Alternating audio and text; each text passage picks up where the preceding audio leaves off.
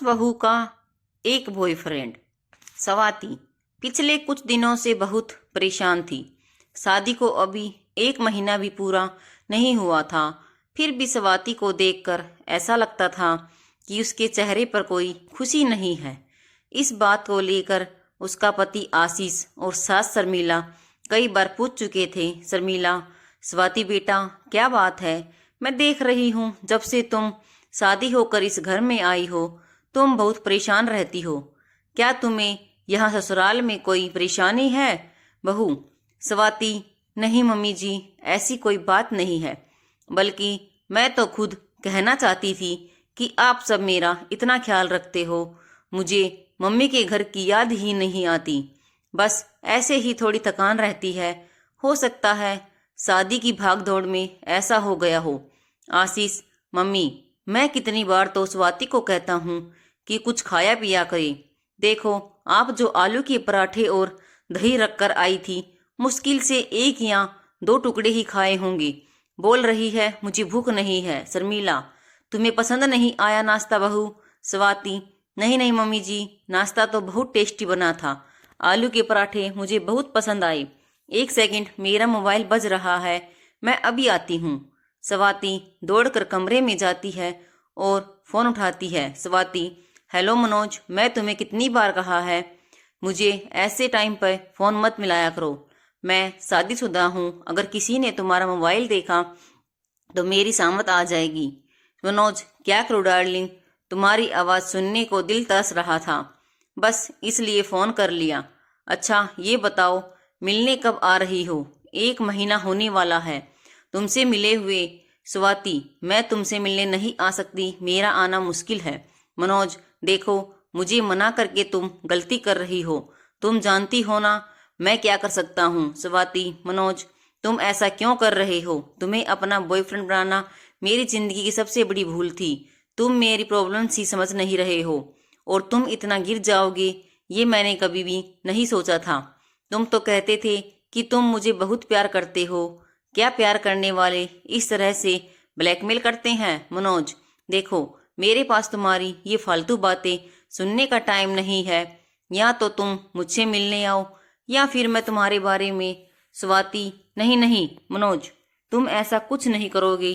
ठीक है, मैं मौका देखकर तुमसे मिलने जल्दी आऊंगी, पर प्लीज मैं तुम्हें खुद कॉल करूंगी, तुम मेरे नंबर पर फोन मत करना। आशीष और माँ पापा जी मेरे आसपास ही रहते हैं। स्वाति की आंखों में आंसू आ जाते हैं। तभी उसकी सास शर्मिला कमरे में आ जाती है। स्वाति फोन काट देती है। शर्मिला, स्वाति बेटा क्या बात है? कौन था ये लड़का जो तुम्हें डरा रहा था? मैंने सब सुन लिया है, मुझे सच सच बताओ, कुछ भी छुपाने की जरूरत नहीं है। स्वाति, मम्मी जी मुझे माफ कर दीजिए, मैं बहुत परेशान हूँ, आप मुझे जो सजा देना चाहती हैं वो दे दीजिए, पर मेरी कोई गलती नहीं है। मनोज मेरा अतीत है, शादी से पहले मनोज और मैं एक दूसरे से प्यार करते थे, पर अब जब शादी के बाद मेरा उससे कोई रिश्ता नहीं है तो वो मुझे फ़ोन करके ब्लैकमेल कर रहा है। स्वाति मनोज के बारे में अपनी सास शर्मिला को सारी सच्चाई बताती है। मनोज स्वाति का बॉयफ्रेंड था, वो 1 नंबर का बदमाश आदमी था, वो आए दिन लड़कियों को फंसाता रहता था, इसलिए स्वाति ने मनोज का साथ छोड़ दिया और अपने पापा को आशीष के लिए हाँ कह दी। पर अब शादी के बाद मनोज स्वाति को ब्लैकमेल कर रहा था, जिस वजह से स्वाति बहुत परेशान थी। स्वाति की सास को सारी सच्चाई पता चल चुकी थी। शर्मिला, घबराओ नहीं स्वाति, मैं तुम्हारी सास बाद में हूँ, पहले एक माँ हूँ। हम दोनों मिलकर उस मनोज को सबक सिखाएंगे और तुम डरो नहीं, मैं तुम्हारे और आशीष के रिश्ते पर बिल्कुल भी आंच नहीं आने दूंगी। स्वाति, पर मम्मी जी मनोज बहुत चालाक लड़का है।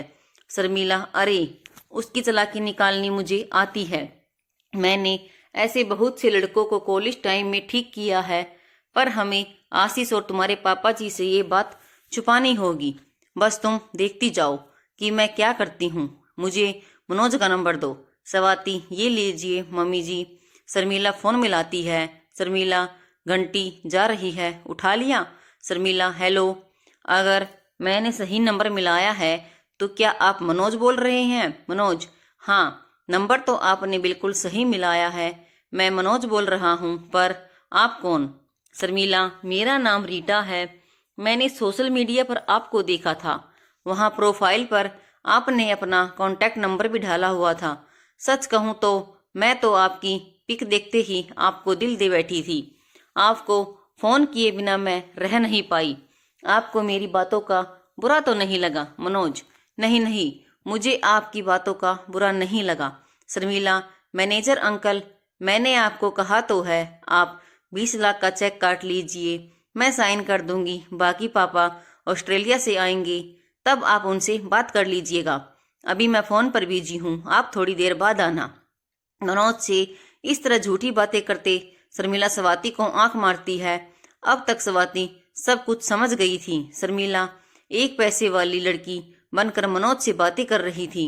शर्मिला से बात करने के चक्कर में मनोज ने अब स्वाति को भी फोन करना बंद कर दिया। इससे स्वाति को थोड़ी तसल्ली हो गई।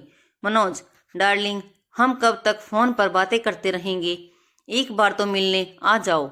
अब तो मैं तुम्हारा बॉयफ्रेंड बन चुका हूँ, मैं तुम्हें देखना चाहता हूँ। शर्मिला, ओह बेबी, मैं भी तुमसे मिलने के लिए बहुत तड़फ रही हूँ, पर क्या करूँ, पापा भी ऑस्ट्रेलिया से आए नहीं हैं। यहाँ ऑफिस में बहुत काम है, करोड़ों की डील फाइनल करनी है। अच्छा ठीक है, मैं तुमसे कल शाम 6 बजे मिलती हूँ। एक काम करती हूँ, मैं तुम्हारे घर आ जाऊँगी, वो ठीक रहेगा? मनोज, हाँ बिल्कुल, मैं तुम्हें अभी अपने घर का एड्रेस भेजता हूँ। मैं तुम्हारा बेसब्री से इंतजार करूँगा जाने मन। मनोज पूरी तरह से शर्मिला के जाल में फंस चुका था। अपनी सास की ऐसी एक्टिंग देखकर स्वाति भी हैरान थी। शर्मिला, स्वाति बेटा, अब एक आखिरी दांव और खेलना है। कल तुम ठीक 5:30 बजे मनोज के घर पहुंच जाना, और उसके बाद मैं तुम्हें सब समझा दूंगी कि तुम्हें क्या करना है। स्वाति, मम्मी जी, आज के ज़माने में कौन सी सास बहू की ऐसे मदद करती है? आप मेरे लिए जो कर रही हो ये कोई भी नहीं करता। शर्मिला, स्वाति बेटा, मैं जानती हूँ कि तुम गलत नहीं हो, इसलिए मैं तुम्हारी मदद कर रही हूँ। मैं नहीं चाहती कि मनोज के कारण तुम्हारी बदनामी हो। तुम मेरी बेटी हो, और बेटी के लिए माँ नहीं करेगी तो और कौन करेगा? स्वाति की आंखों में आंसू आ जाते हैं और वह अपनी सांस के गले लग जाती है। अगले दिन स्वाति 5:30 बजे मनोज के घर पहुंच जाती है। मनोज शर्मिला यानी रीटा के आने का इंतजार कर रहा था। मनोज, स्वाति, मेरी एक फ्रेंड आने वाली है, मैं नहीं चाहता कि वो तुम्हें यहाँ देखे, प्लीज यहाँ से चली जाओ। स्वाति, अरे तुम ही तो मुझे कहते थे मिल लो, आ जाओ, उदास हो रहा हूँ, अब मैं आ गई हूँ तो मुझे जाने के लिए कह रहे हो?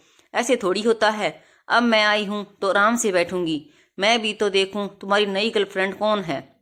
मनोज साफ साफ बोला, तुम्हें क्या चाहिए और यहाँ से चली जाओ। स्वाति, तुम मेरी सारी फोटो और वीडियो अपने फ़ोन से डिलीट कर दो, मैं यहाँ से चली जाऊंगी। मनोज, ठीक है, मैं सब कुछ डिलीट कर रहा हूँ, फिर तुम एक सेकंड भी यहाँ नहीं रुकोगी। ये देखो, मैंने सब कुछ डिलीट कर दिया, अब यहाँ से जाओ। स्वाति, हाँ हाँ जा रही हूँ, परेशान मत हो। मनोज अपने फ़ोन से स्वाति के सारे पुराने फ़ोटो और वीडियो सब कुछ डिलीट कर देता है। स्वाति चैन की सांस लेती है और वहाँ से घर आ जाती है। उधर मनोज परेशान हो रहा था और वो बार बार शर्मिला के नंबर पर फ़ोन करता है, पर शर्मिला पहले ही अपना फ़ोन स्विच ऑफ कर चुकी थी। मनोज बहुत देर तक शर्मिला के नंबर पर फ़ोन करता है, पर स्विच ऑफ आता है। अगले दिन शर्मिला अपने मोबाइल का नंबर बंद कर देती है और एक नया नंबर ले लेती है। मनोज को पता ही नहीं चलता कि शर्मिला ही रीटा थी। वो तो रीटा को फ़ोन मिलाने की कोशिश कर रहा था, पर उसे क्या पता था कि रीटा नाम की कोई लड़की थी ही नहीं।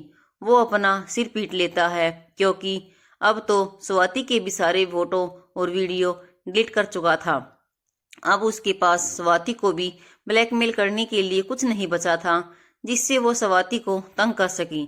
आशीष के पिता, अरे क्या बात है शर्मिला, आज तुम दोनों सास बहू बड़ी खुश दिखाई दे रही हो। आशीष, हाँ पापा, मैं भी यही देख रहा हूँ, दोनों इतनी देर से हंस हंस कर बातें कर रही हैं, पर बात क्या है ये नहीं बता रही। शर्मिला, अरे बोल तो दिया है, हम सास बहू के बीच की बात है, तुम दोनों आदमी नहीं समझोगे क्यों बहू? स्वाति, हाँ मम्मी जी, ये तो सच है, ये बात आपके और मेरे बीच की है और इस बात के लिए फिर से एक बार thank you mummy ji. Love you Sharmila. Love you too मेरी प्यारी बहू रानी। वीडियो देखने के लिए आप सभी का तहे दिल से धन्यवाद।